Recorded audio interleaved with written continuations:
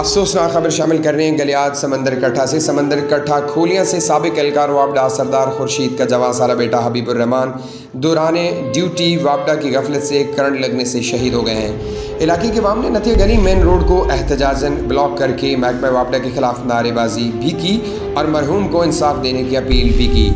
اس موقع پر تحریک تحفظ گلیات موومنٹ کے نمائندگان نے اس افسوسناک واقعے کو وابڈا کی غفلت اور حبیب الرحمان کی موت کا ذمہ دار قرار دے دیا۔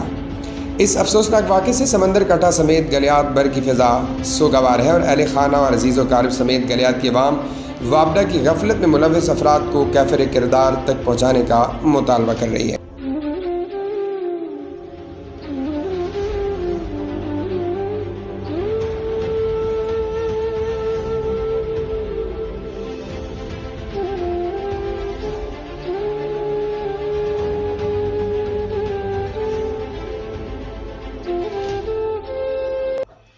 مزید گلیات، ہزارہ، کشمیر اور پاکستان کی خبروں کے لیے ہمارے چینل کو لائک کریں تاکہ بر وقت نئی خبریں آپ تک پہنچتی رہیں۔